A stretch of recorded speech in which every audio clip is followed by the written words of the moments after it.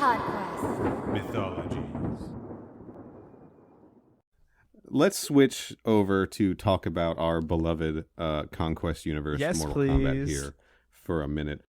So, in the interest of being a completionist, and not at all us avoiding talking about Annihilation. No, why would we do that? That's stupid. I wanted to take a little bit of this episode to talk about the official novelization of the 1995 Mortal Kombat movie, written by Martin Delrio, based on an earlier version of the screenplay by Kevin Droney. So there are some major differences in this book than in the movie that we got. I just want to run through some of those. Please. But Gonna get hit with a up top brain here, blast. just want to talk about the author, Martin Delrio, first. Not an actual human being. Oh, is it an Alan Smithy? It is a pseudonym for a husband and wife duo, James D. McDonald and Deborah Doyle. We got Alan Smithy. Shit. Oh, we did. Yeah. Oh, fuck. So, two little small bits of trivia here. First of all, oh, you know what? No, before I get to that, do you want me to just piss you off right away with this piss me off? novelization? Yeah. Dude, I love being pissed off. Let's keep it going. So, you know the scene on the boat where Sonia bumps into Johnny and then she holds her gun up to his face, and that's the first time Johnny and Sonia meet on the boat? I do. Here is the description from Johnny's point of view, looking at Sonia. Oh, no. Oh, no. She was pretty, or she would be if she'd just smile. Fuck you. That's in the book, dude. Fuck off. You just met this woman. You don't know anything about this person. Don't tell her to smile. Fuck you. Eat a dick. How wild is that? Fuck you, Jonathan Cage. Speaking of this boat, we do have a name for Fuck it. you, given Kevin to us in Del the Rio. novel. You just combined names, but whatever. Kevin Droney and Martin Del Rio, just fuck them both. All three of them. I couldn't laugh because my mouth was full of water. Okay. I got terrified that you you lost your mic again. I dude. earnestly thought it was Kevin Del Rio, even though I heard you say Martin Del Rio. All right. So we do have a name for the boat. It is called the Dragon Wing. Sure. That's the novel given to the boat in the book. I think that in general Mortal Kombat canon, it's more well known as the Nether Ship. But in our universe, it's the Dragon Wing. So I'm going to dig into a few things that just elaborate on what we saw in the movie. We find out what the mission that Sonia was on when Kano killed her partner and she followed him onto the boat. She was with Jax, part of the elite Joint Eurasian Anti-Drug Task Force, working alongside a Royal Netherlands Marine lieutenant named Bill Van Hoven. Okay. And they were trying to bust a ring of drug traders. We get three names. We get Crimmins, Shamoboa, and Kano. Crimmins? Right. Crimmins. Right. So Sonia and these boys are spying on Crimmins, Shamoboa, and Kano. And they make a comment about how it's crazy that these three criminals, Crimmins, Shamoboa, and Kano, aren't talking over an encrypted line or using scramblers, and they're able to triangulate their location, right? Well, guess what, motherfucker? Turns out that was a setup. Yeah. And the partner that Kano kills, slits his throat, was Lieutenant Bill Van Hoven of the Royal Netherlands Marines. Fuck. So that's what sets her off on her hunt for Kano to the Techno Club and onto the Dragon Wing. Pour one out for all the Netherlands fans in the chat. Related, there is another Bill in that novel, and this one made it into the movie. It is, of course, Master Bill Boyd, the guy who trained Johnny Cage. Yeah, dude. We got his name. I'm so glad. But also, so we like to joke around here that everybody's favorite Mortal Kombat character is Vorpax, and it should be. Sure. We all know that. It's not a joke. Everybody's favorite Mortal Kombat character is Crimmins. We gotta make this stick. We have to tell people. Everyone's got to know about Crimmins, man.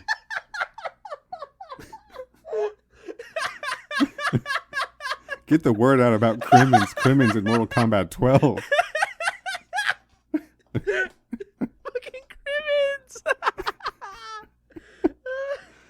Crimmins. So can you remind me? So we got Kano, and we got what's the other guy's name? Shamoboa. Shamoboa. Shamoboa. Perfectly reasonable name by comparison to fucking Crimmins. Right. right. All right. There's not a ton of. Good there's luck topping that. There's a ton of small differences. I'm not going to go into all of them. I want to talk about Art Lean, our man Art Lean. He is just present for everything in the fucking book. Good. And he's present for nothing in the movie. We get a scene in the book of him like winning the World Freestyle Karate Championship. Like, just like absolutely devastating, like brutally winning the fight by almost killing a dude. Do we see Art Lean on WMAC Masters? Is that what that show is called? Did I get it right? Yeah, you got it right. Hell fucking yeah, brother.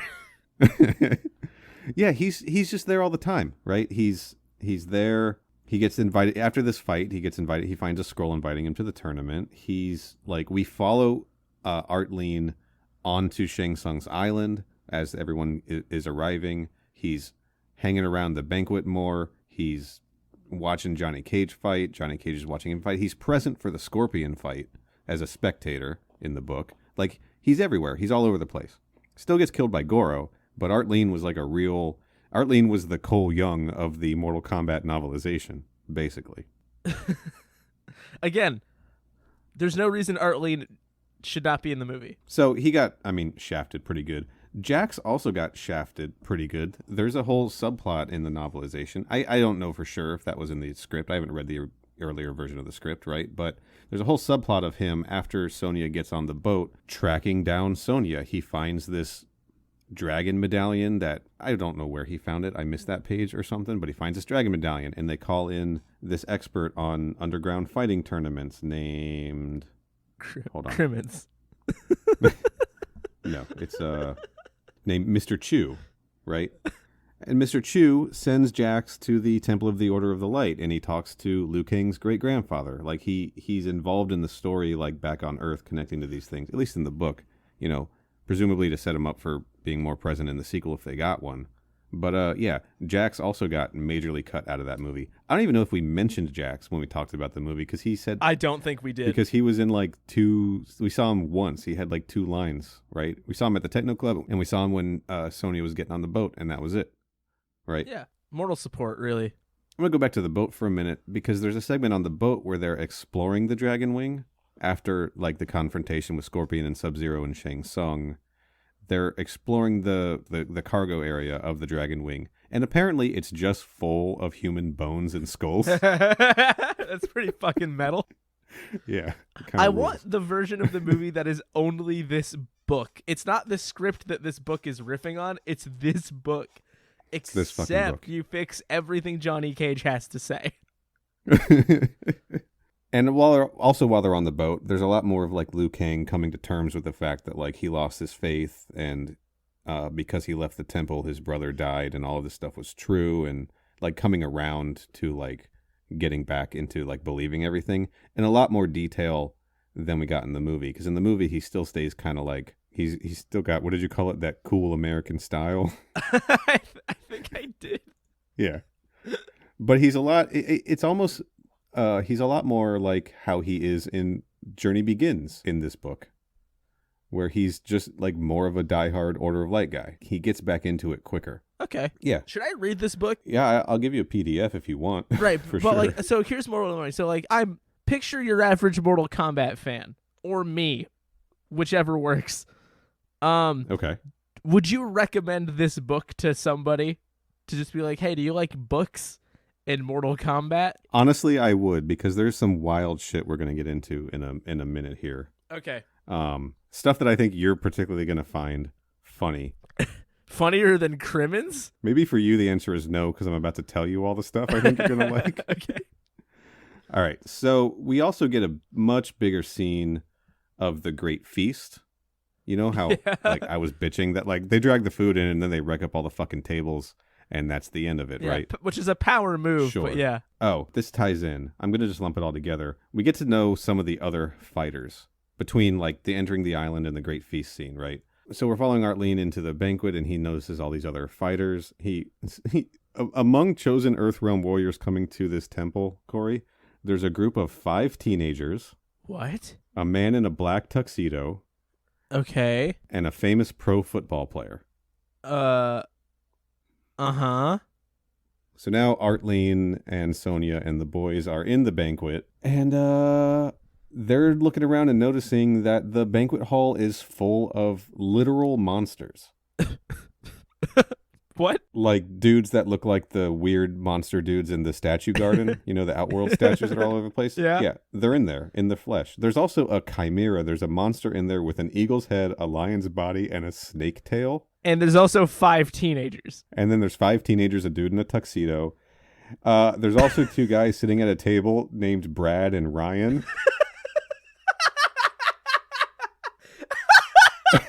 Everybody's favorite Mortal Kombat characters, Brad and Ryan.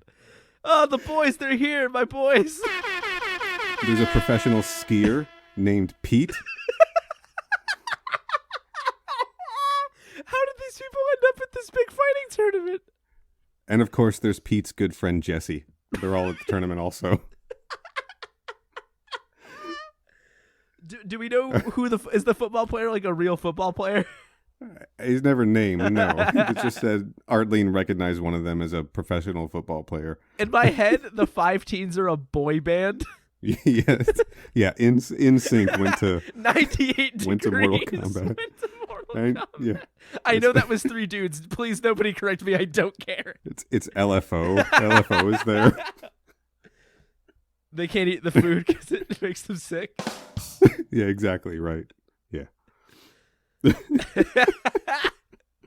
Wow. Okay, so that scene's already the best scene in the book, whatever. Sure. And then the banquet scene plays out pretty much the same, with them demonstrating Sub-Zero's power. He freezes a guard and the guard explodes. But here's a little bit of a different thing. After the Outworld guard explodes, Brad and fucking Ryan.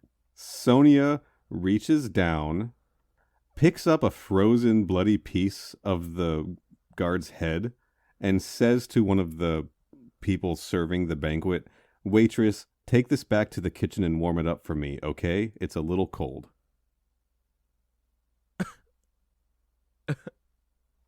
Okay. That's on page 90. Good. Perfect. All right. Incredible. How long is this book? It is 216 pages. Wow. Honestly, all killer, no filler.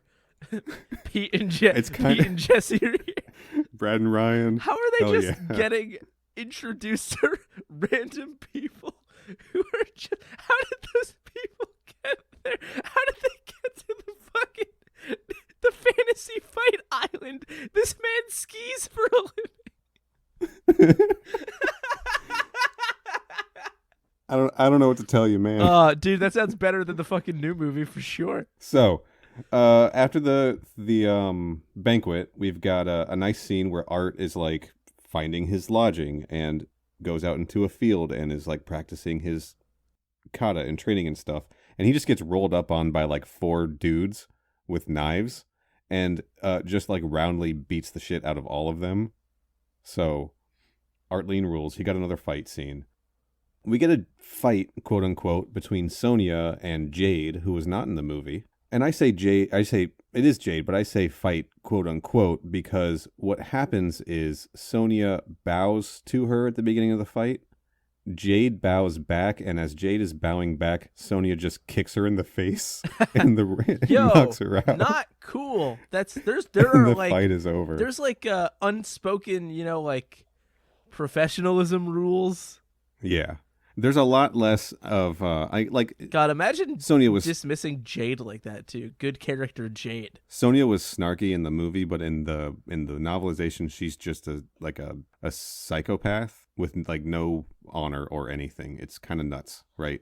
Until she softens up when she sees Johnny Cage on the beach practicing his katas, and she's like, "He's hot. Oh, there's something to this guy after all." She gets horny from Johnny Cage watching him practice his fighting. She watches him play fucking beach volleyball with 98 degrees and Brad and Ryan and Pete and Jesse, and he's like, "Oh." Yeah. It's like that movie Top Gun that we all like. Johnny walks over to Sonia and he says, "I see you're wearing Abercrombie and Fitch. I like that." Oh, fuck. What a great song. Sure. Like, you ever just think about like how We had centuries of music in existence forever. Beethoven and all those fucking dweebs, and not one of them talked once about how much they like Abercrombie and Fitch or New Kids on the Block or being weird with your parents or any of that. All I'm saying is music peaked 100% with that song. I want to talk about some of the fights. Like the first thing I want to address is in the novel, you can see that there was no reptile fight. That whole thing played out like I think I described on that episode where he just sort of throws the reptile version into the statue and the statue like entombs him, because I think the statues are actually like corpses of fallen warriors or something. Which brings me to another point, actually. I almost forgot this. After Goro kills Art Lean, a statue of Art Lean magically appears in that statuary garden. Fucking tight. and they bury his body at the foot of it. Like a grave opens up and they bury his body there. That's kind of a sick detail. That's that would have been fucking awesome. sick as hell. That was really cool when I think every town in America should have a statue of Art Lean. Everybody's favorite Mortal Kombat character, Art Lean. There's some different stuff in the Goro Johnny fight, but I'll get there in order. I want to talk about some of these other fights. We got the Sonia Jade fight. When Johnny faces off against Scorpion, instead of going to that like hell dimension, there's just like an actual fight before he like whips out his snake spear. Oh, okay. Yeah, there's like more martial arts shit going on, like hand-to-hand fighting. He pulls it out eventually, and the way that Johnny defeats the snake spear isn't that it just like flies by his head and gets stuck in a tree and is dead. He actually manages to grab it as it's chasing him around and then hold it down to like a sharp, jagged rock and saw it in half. Wow. That's violent. Which is kind of dope. And that's what's able to like get him to the point where he can do his shadow kick. That's how he activates his Arcana. Yeah, that activates his Arcana, and he's able to do a shadow kick and take out Scorpion. He just knocks him unconscious. He doesn't kill him. That's a big difference also. Sub-Zero did fucking die, though. There's some other small fights that we don't see in the movie. I got it right here somewhere. Liu Kang just fights like a short Outworlder monk. I think that became the fight with the WMAC Masters guy in the movie. That was his first fight. Johnny fights a spider-like monster. This really sounds like a spooky, scary bunch of boys this time around. Yeah. With Art fight with like the chimera and the spooky man, whatever. Art fights a green carapace. That's like a shell, right? Sure. A green carapace outworld warrior with size. And then again, there's just monsters everywhere, all over the island, and they're all different looking, right? The Kano fight happens after Art has been killed by Goro, the Sonia Kano fight, and Sonia doesn't kill him, I think because Liu Kang begs her not to give in and give Shang Tsung another soul, because they've caught on to what he does at this point. Right. So she ends up taking him back to Earthrealm and arresting him at the end of the novel. After all that, he just goes to Earth jail. Exactly. And the Johnny Goro fight is an actual fight also. It's not just a nut punch and Roadrunner shenanigans. There's an actual battle that happens between the two. But the ending is still the same, with Goro getting knocked off a cliff and he's hanging there for dear life. But instead of Johnny going, "This is where you fall down," and letting him fall, Johnny offers to help him back up because he's won the match, right? And Goro, being an honorable Shokan prince, says, "I think not. I'm a Shokan. We die in battle." And Johnny Cage is like, "You should smile more." Yeah, Johnny's like, "Grab hold. I'll help you up." And Goro says, "So I can crawl back to my cave and die in disgrace? I think not. I am a Shokan warrior. We die in battle." Johnny nods. "You fought well. I understand." And Goro drops himself off the cliff. Not unlike his brother Duroc. His brother Duroc. Yeah, but I thought that was a kind of cool touch that they were that serves my boy Goro better. That makes me feel better about the fight because it's not just Looney Tunes shenanigans. Yeah, Goro's just a dweeb. Otherwise, he gets fleeced by a fucking actor. Right, but here he's got some honor. Sure. I don't know. I thought that was cool. Yeah, it's neat. It's a cool detail. It's like an AU version. It's fun when stuff's slightly different. That's all the big stuff. I mean, there's a ton of little stuff, but that's all the big. Yeah, I think different events played out differently. Things we didn't get to see. We got to meet Brad and Ryan. Brad and Ryan. We Fucking got to learn about Crimmins. Criminal mastermind Crimmins. Oh, that's why they call him that. It's because he's a good criminal. We got to meet two Bills. Crimmins sounds like a Tim and Eric character. Crimmins? Yeah. Does he trim his Crimbus bush? Crimmins? I guess the last thing about this novel that's different is it doesn't end with an emperor showing up in the sky. It just ends with a happy ending. Everyone's back in Earth realm. And like Liu Kang's asking Kitana when he's going to get to see her again. You know, that kind of stuff. I will say I like stuff like this because I'm not going to sit here and say that sounds better. I don't know if it's better. We'll never know. But what I will say is it just sounds cool because it's different. And I just like that. I like that it's like this weird other thing. Yeah, it's pretty rad. I think it's worth checking out if you're a big fan just to see what could have been or would have been, or just like you said, this alternate version of that same story, you know? Yeah, I can think of no better reason to finally try to start reading books more regularly than spending my time reading the novelization of the 1995 film Mortal Kombat instead of any of the other books I own about more serious topics. Yeah, you gotta have a serious book and a fun book going. Right. Yeah. And this is obviously the serious book. Of course, right. And then for fun, you can read Infinite Jest. You could read the fucking phone book or something. I'm gonna do the same thing once we go through Mortal Kombat Annihilation. Did that get a book by the same author? No.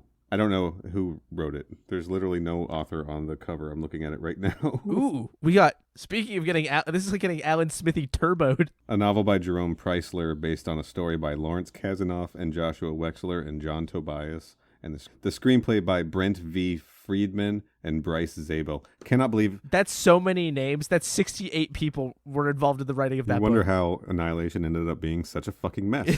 Was his last name Preisler? Like Chrysler the car, but also my name? Preisler. That's wild. Shout out to Jerome, if you're real. I want to play, now that we're at the end of the story of the first Mortal Kombat movie for the second time, I want to play... For the second time in 3 episodes. I want to play this message we got from Paul about Mortal Kombat 95, something that he noticed. I think he made a really interesting point with this. So let's hear what Paul had to say. Yeah, let's do it. So you ready to go? Hey Podquesters, Paul here from Melbourne. Just a quick note regarding MK95, aka the best movie of all time. When Liu Kang and Shang Tsung have their kind of climactic fight, and Liu Kang says flawless victory at the end, I actually think that if you look at that fight as a series of 3 rounds, round 1, starting with Liu Kang and Shang Tsung sort of feeling each other out, and Liu making him bleed. Round 2 being Shang turning into Chan and then tricking him and knocking him down. And then round 3, when Liu Kang says, I'm the chosen one. Round 3, Shang Tsung doesn't touch Liu Kang. That's a flawless victory. Cheers. I want to say this is the level of pedantry and semantics that we keep Paul around for. Because he may well be right, but no, I don't think anybody was thinking about it in those specific terms when they wrote it. You know what? He's absolutely right, he though. Is right. I bet that's. I mean, you really can divide that scene up into 3 specific rounds, with the third one being the only flawless victory. Yeah, because he's going through. I those think it was emotions. there. He's going through those whatever they call it in the movie. She has to like tackle his obstacles or whatever the fuck. He does say flawless victory at that point in the novel. Also, did they put it in like big letters? They didn't divide it up into... No, he whispers it in the book. They didn't divide it into rounds in the novel, but like I'm willing to bet that was, in fact... I bet that was intentional when they wrote the screenplay. I mean, that's pretty... It just checks out too much. In any case, I'm going to call that factual. Why does he whisper it? Why does he do that? He's humble. He doesn't even look at Shang Tsung's dead body in the novel. He's humble enough to... I think he's upset that he murdered a man, honestly. To flex on everybody by saying flawless victory. I can see him being pretty shaken up by that. I certainly don't love the idea of having to murder somebody. I don't care if he sucked out my brother's soul. The last thing I want to do on this show is I got to hold myself accountable for a couple Oh, no. Are we about to get canceled? I don't think so. Like, I just want this to be like an honest show, you know? Sure. So I need to make a couple corrections here. So I think on our first our first episode talking about Mortal Kombat 1995, I mistakenly said that Mortal Kombat was Paul W.S. Anderson's first film, and it wasn't. His first film is a 1994 movie called Shopping, which is the reason he got the job to direct, or got offered the job to direct Mortal Kombat. They actually talk about that a little bit in the Midway documentary Insert Coin. I just want to give the guy credit. Like, Mortal Kombat wasn't his first movie. I think the point I was trying to make was that he was inexperienced with, like, a large budget, martial arts movie. Right. Yeah. I just misspoke. Sure. Yeah. Truth is important in this crazy world. I don't want to be spreading misinformation. And along those same lines, Corey, you and I reached out recently on Twitter to the man himself, John Tobias. Yes. Asking about the whole Takeda thing. Because if anyone out there remembers, way back on our third podcast, the Mythologies episode we did on Scorpion and Takeda, I very specifically in that said, okay, things online are telling me that Takeda started the Shirai Ryu. I can't find that information anywhere. I've scoured all of my material. I've looked through everything, and I couldn't find mention of the name. And John Tobias rightly said, yeah, we put that in the Mortal Kombat Mythologies instruction manual, which, honest to God, was the one thing that I didn't look at when I was looking for confirmation. I had it. It's right there on my shelf. I tweeted out a picture of the page, right? We tweeted it out from the account. It was right fucking there. Yeah. The whole time. And I worked so hard not to find it. It's embarrassing. I worked so hard not to find it. It was right fucking there. Now, do I blame whoever designed that manual? Yeah, I do a little bit, because they put the story and bio stuff like towards the back as opposed to up front where you'd expect it to be, right? So that's just me passing the buck. Onto John Tobias. Anyway, onto the printer. But yeah, shout out to John Tobias for setting us straight on that. And I just wanted to set that record straight for all of the listeners who maybe aren't on Twitter. Shirai Ryu, started by a man named Takeda. It's Mortal Kombat canon. It's in the Mortal Kombat Mythologies Sub-Zero manual. So that's the source. There you go. We can call that. Finally, canon. Neil can sleep for once in his life. You're not kidding. Ooh, boy. And I think that's it. Corey, next episode, I think it's finally time for us to start talking about Mortal Kombat Annihilation, the direct sequel to Mortal Kombat 1995, the direct sequel to Mortal Kombat Conquest. I can think of no good reason to not watch this movie for a third time. I just want to be able to point out to everybody the fact that there is a scene wherein Sindel's outfit entirely changes color, because last time I watched this movie, I had to point that out to a bunch of people, and it was a real revelatory moment. It's going to be a fun one. Stay tuned. All right, so I think we should get out of here, but before we do that, Corey, what do you have to plug? Yeah, so the things I have to plug are my other podcast. They made another one. Neil's been on it. That's how you know it's good. Do it with my friend Liam. We watch old, sometimes new, actually. We watch sequels, reboots, and remakes mostly. Generally ones that people don't think about too often. At They Made Another on Twitter. They Made Another one on all your podcast services. I'm on Twitter at Mr. Corey Price. That's MR, not the whole word. What do you think? I got time to write whole words? What does this look like? In this economy? Are you kidding me? And I'm also on Letterboxd as well at that name. That was not my cleanest effort. But you know what? It's Sunday night. We're playing fast and loose with the plugs, whatever. We're vibing. Yeah. We're keeping it loose. I'm thinking about my short boys, turnaround time on Crimmins this and one. Brad and Ryan and Pete and Jesse and LFO. And that football player. And football player. I've got so many boys to think about. And Tuxedo Man. Tuxedo Mask. In fact. Dude, honestly, why not? You can find me on Twitter at Final Neil. I have a retro gaming Instagram account at Final Neil Retro. Follow the podcast on Twitter and Instagram at MK Podquest. Subscribe in all the podcast apps. Subscribe to our YouTube channel. And, I don't know. Rate us 5 stars and shit like that. Corey paid $25 to watch Mortal Kombat Somebody help me 2021. recoup my financial losses. Pay him back in 5-star reviews. All right, Corey, I guess that's it. Should we, I don't know, hop down into the fight Should we pit go and try legally change our name to Crimmins? Let's go fuck around in the fight pit and awaken our arcana. Oh, fuck yeah. I can't wait to get really mad about technical difficulties again.